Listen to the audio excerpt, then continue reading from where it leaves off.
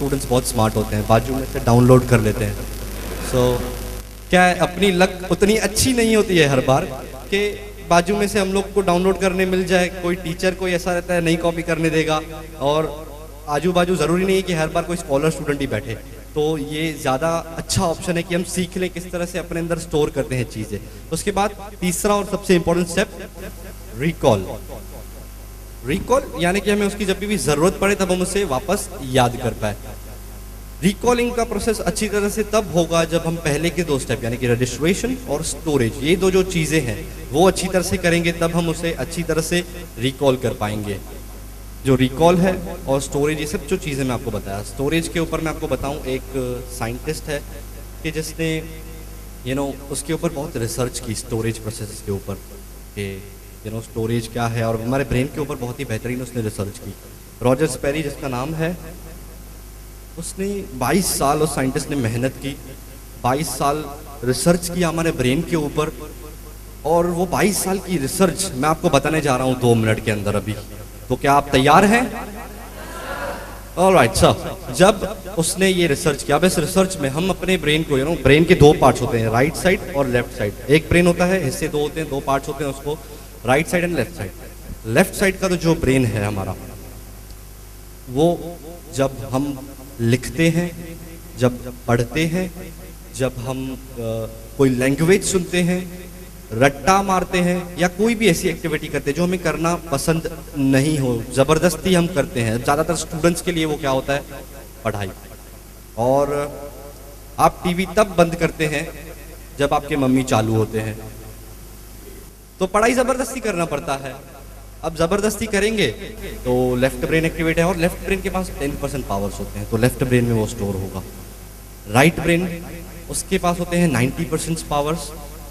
जब 90% पावर वाले ब्रेन का काम क्या है, जब आप घूमते फिरते हैं दोस्तों के साथ, एंजॉय करते हैं, टीवी देखते हैं, गेम्स खेलते हैं, और म्यूज़िक सुनते हैं, मूवीज़ देखते हैं, और कोई भी ऐसी एक्टिविटी जो आपको करना पसंद है, जो आप बहुत इंटरेस्ट के साथ कर रहे हैं कि यार यस मज़ा आ गया करने में, उसमें आपका राइट ब्रेन एक्टिवेटेड रहेगा। इसके पास होते हैं 90% पावर।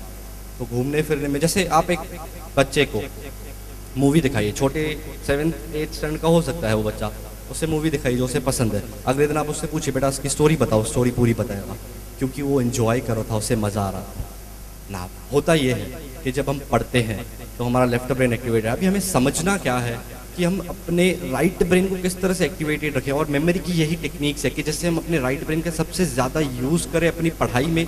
जो हमारे इंडिया के जो शास्त्र सब लिखे गए, मैं आपको बताऊं कि ये जो रॉजर स्पेरी है, इन्होंने 22 साल जो रिसर्च की, ये इन्हें नहीं करनी पड़ती थी अगर ये हमारे इंडिया के जो शास्त्र है वो सब पढ़ते थे, क्योंकि हमारे जो शास्त्र हैं उनमें सब में पहले से ही ये सब चीज़ें बताई गई है।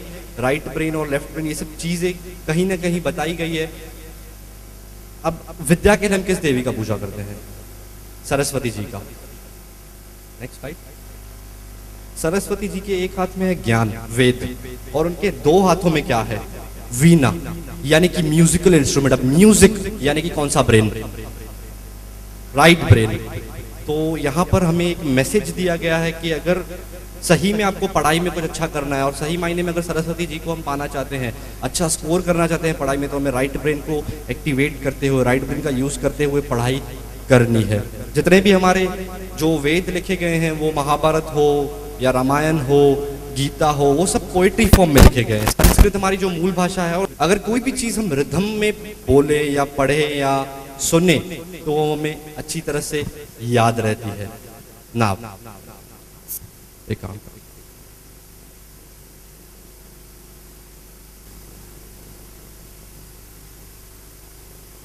यहाँ पर आपको मैं कुछ 26 वर्ड्स, 26 वर्ड्स दिखाऊंगा, 26 वर्ड्स, चीजें। यही है फर्स्ट वाला, नंबर फर्स्ट। अब ये सब जो चीज़ें हैं, jungle, marriage, mango, caesar, gold point, throat, doctor, camel, ये सब जो चीज़ें सीक्वेंस में अगर आपको याद करनी हो तो इसे कितनी देर लगेगी आपको? आप अपने हिसाब से बताइए मुझे, एक रफ आइडिया मैं जानना चाहता हूँ, कितनी देर लगनी चाहिए 26 वर्ड्स याद करने के लिए अच्छी तरह से?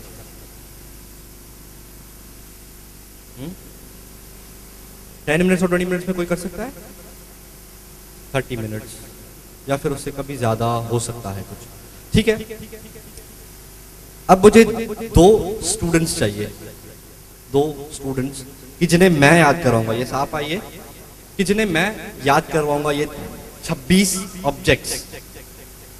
एक गर्ल में से कोई आएगी, ये साफ आइए, यस यस यू।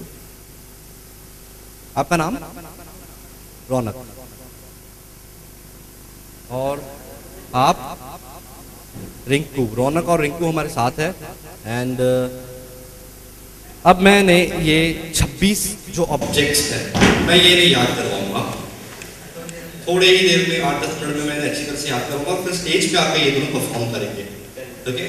तो तब तक के लिए आप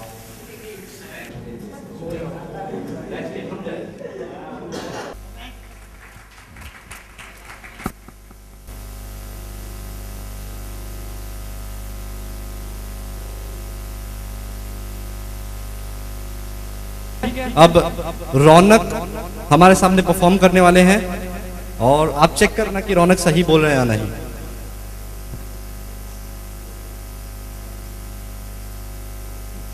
First is jungle, then come marriage, then mango, Caesar, gold coin, road, doctor, newspaper, Manmohan Singh, camel,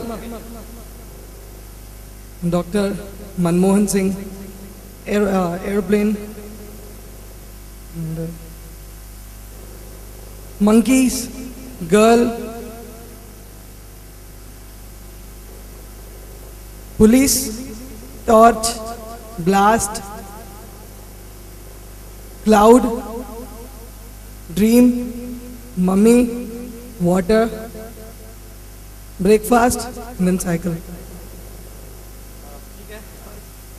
रौनक ने थोड़ी सी मिस्टेक की, but you know it was really very amazing. Thank you very much Raunak. And अब रिंकू हमारे सामने perform करेंगी। Jungle, marriage, mango, caesar, diamond, road, camel, newspaper, Manmohan Singh, aeroplane, girl, police, torch, garden, trees, diamond, bag, dream, mummy, breakfast, cycling. ठीक है, रिंकू ने भी बहुत अच्छा परफॉर्म किया, so thank you very much. Thank you. You see दोस्तों,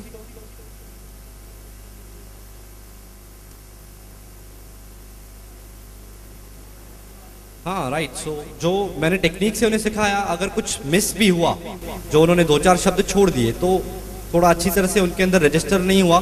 but you no एक ये शॉर्ट प्रोसेस थी। जब वर्कशॉप में मैं समझाता हूँ तो एक बड़ा टाइम पीरियड लेता हूँ, 1-2 घंटे, यू नो ये सब चीज़ें रजिस्ट्रेशन अच्छी तरह से करना।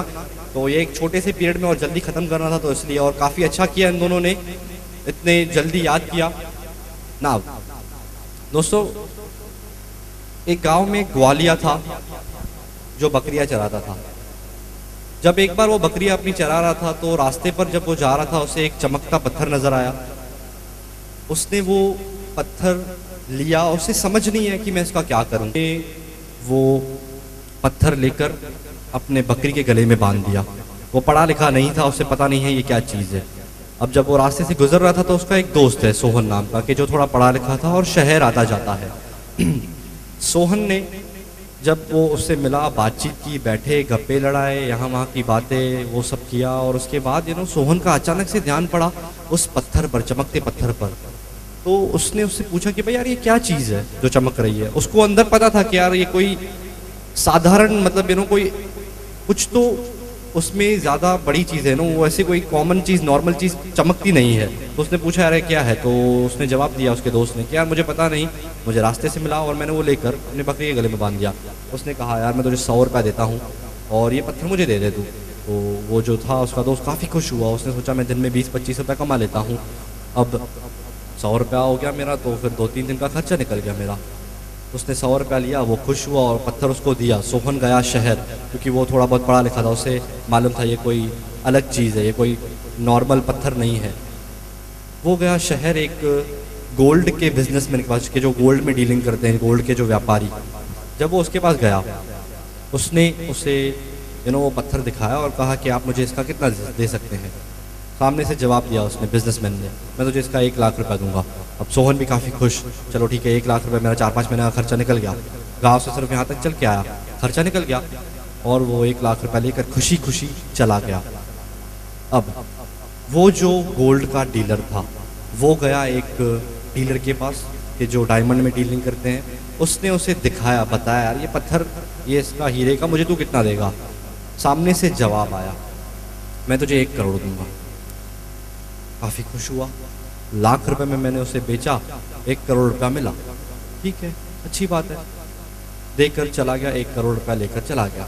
जो डायमंड का डीलर था, उसे पता था कि इससे मैं सही तरीके से कट करूँगा, पॉलिश करूँगा, और उसके बाद इसे जो वो ग्वालिया था उसने नहीं कमाया, उसकी रियल वैल्यू 10 करोड़, ऐसा क्यों, मतलब उसको नहीं पता था उसकी रियल वैल्यू क्या है।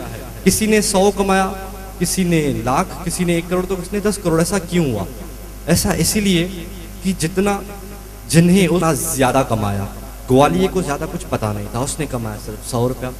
सोहन थोड़ा पढ़ा लिखा था तो वो शहर गया, उसने 1 लाख रुपया, जो गोल्ड का लीडर था उससे ज़्यादा पता था तो उसने 1 करोड़, तो किसी ने 10 करोड़। जितना उन्हें उसके बारे में ज़्यादा नॉलेज, उतना उन्होंने ज़्यादा कमाया। अब हम लोग जो यहाँ पर बैठे, इतना छोटा हीरा उसने 10 करोड़ रुपए में बेचा। यहाँ पर एक बहुत बड़ा हीरा है कि जिसके बारे में हमें पता नहीं है। अब इसकी वैल्यू कितनी? इसकी वैल्यू उतनी कि जितना हमें इसके बारे में नॉलेज है और जितना हम इसका यूटिलाइजेशन करते हैं, जितना हम इसका यूज़ करते हैं।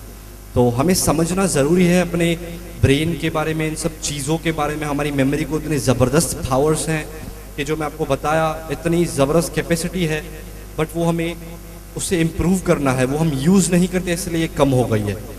वर्कशॉप होता है मेमोरी का 2 दिन का, जो मैं वर्कशॉप के बारे में बताऊं, 2 दिन का ये वर्कशॉप होता है। नॉर्मली वीकेंड्स में होता है, सैटरडे और संडे को जो ये वर्कशॉप होता है। इसमें क्या होता है, मेमोरी के ऊपर टोटली फोकस, मेमोरी किस तरह से बढ़ाएं, मेमोरी के ऊपर टेक्निक्स, मेमोरी के ऊपर सिस्टम्स, किस तरह से वो सब प्रैक्टिस करें, वो सब चीज़ें प्रैक्टिकली वर्कशॉप में सिखाई जाती है।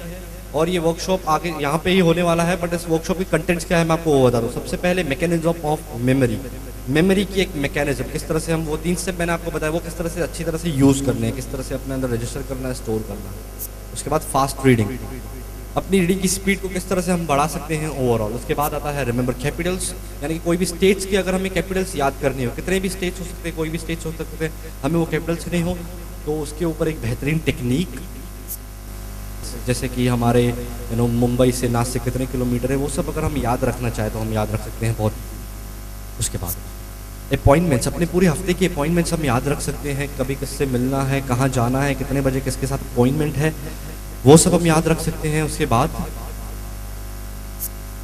नेम्स एंड फेसेस, दोस्तों आपके साथ ऐसा काफ़ी बार होता होगा और बहुत लोगों के साथ ये कॉमनली होता है। कभी किसी नए इंसान से मिले, दोस्ती हुई और 5-10 मिनट बातें हुई, उसके बाद 6-7 महीनों के बाद या 1 साल के बाद, कुछ लंबे समय के बाद जब उससे मिले, उसका चेहरा याद आएगा, हाँ मैं इससे इस पार्टी में मिला था, उसका नाम याद नहीं आता है। होता है नहीं होता है? बहुत कॉमन है ये प्रॉब्लम। इसके लिए एक बहुत ही बेहतरीन टेक्निक, और देखिए अगर आप किसी इंसान से मिलते हैं 1 साल के बाद, सामने आप उसको नाम से पुकारेंगे तो वो कितना इम्प्रेस होगा कि यार 1 साल पहले मुझे मिला था और उसे मेरा नाम याद है। हर किसी को अपना नाम बहुत ज़्यादा अच्छा लगता है। अगर मैं किसी को यहाँ पर, जैसे कि रिंकू है और रौनक है, अगर मुझे उन्हें बुलाना हो, अगर मुझे उनका नाम पता है तो मैं भूल गया अगर उनका नाम, तो मैं उन्हें क्या बोलूँगा, वो चेक शर्ट्स वाले उठ जा, ये बुरा लगता है। तो मैं नाम से बुलाना, ये सब एक अच्छा है और सामने से एक अच्छा इंप्रेशन क्रिएट होता है, राइट। सो उसके बाद टेलीफोन नंबर्स, मोबाइल नंबर से टेलीफोन